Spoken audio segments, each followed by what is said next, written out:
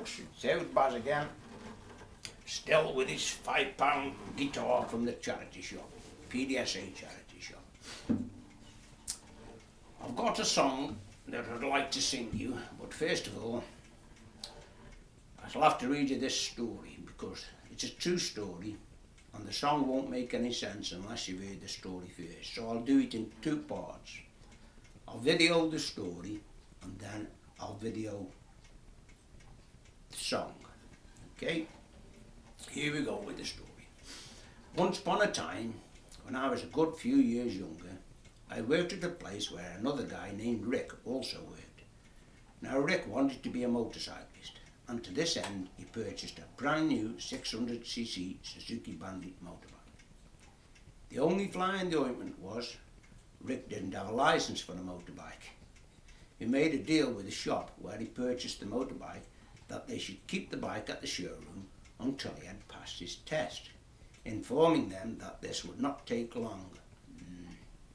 The shop owner reluctantly agreed. Anyway, upon telling the lads at work what he had done, a little bit of banter ensued, whereupon Rick, who was a cocky, little, smaller than me, bugger, boasted that he would pass his test first time, stating, "Piece of piss." Test day duly arrived and Rick, full of confidence, set off for the test centre. On his return, Rick, a little deflated, informed us that he had failed the test, explaining that when he was asked to do an emergency stop, he had applied too much rear brake, which had caused the rear wheel to lock up and skid.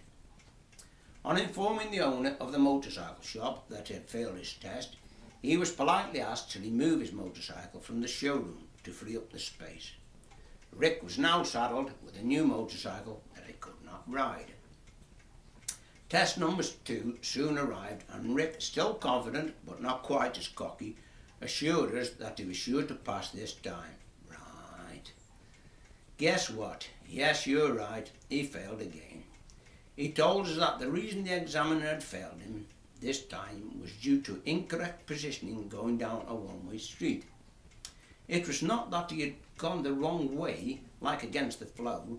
The problem was that the examiner asked him to turn right at the end of the street, so Rick should have been on the right-hand side of the road, but unfortunately he stayed on the left, turning right at the end of the road as instructed. Rick at this time was unaware that he had done anything wrong, and was surprised and somewhat dejected that he had failed once again. At this point I decided that it was time to give Rick a little stick, especially as he loved to dish it out. A real piss take. So I wrote this song, recording it on tape and printing off copies for the lads.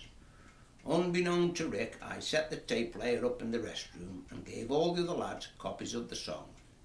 The lads gathered in the restroom slightly early for morning break, so as to be there when Rick came in.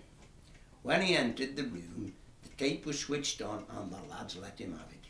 He did see the funny side of it and later asked for a copy of the tape. Rick did pass his test on the third attempt and the song was duly amended to reflect this. Rick was really pleased to now be riding his new motorcycle to work instead of the pedal cycle that he had been using whilst waiting to pass his test. Oh, Baz. Now if you want to hear the song, you'll have to go to my next video, because the batteries are going flat.